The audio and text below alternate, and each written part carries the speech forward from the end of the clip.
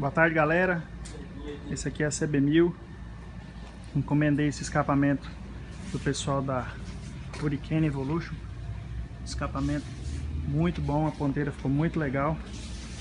Pedi também a lanterna traseira para eles. Uma dica pro pessoal aí que eu fiz na minha, ficou bem legal. Eu pintei de preto o catalisador do escape, porque ele fica muito à mostra. Então por causa disso a gente resolveu pintar de preto, que ele ficou mais discreto.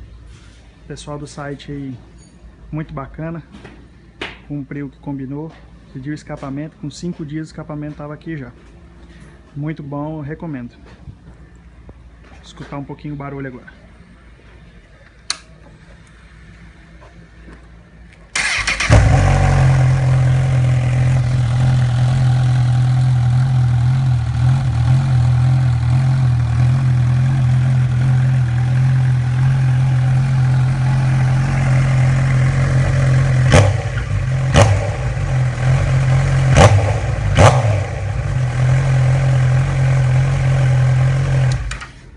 Isso aí, galera, um abraço.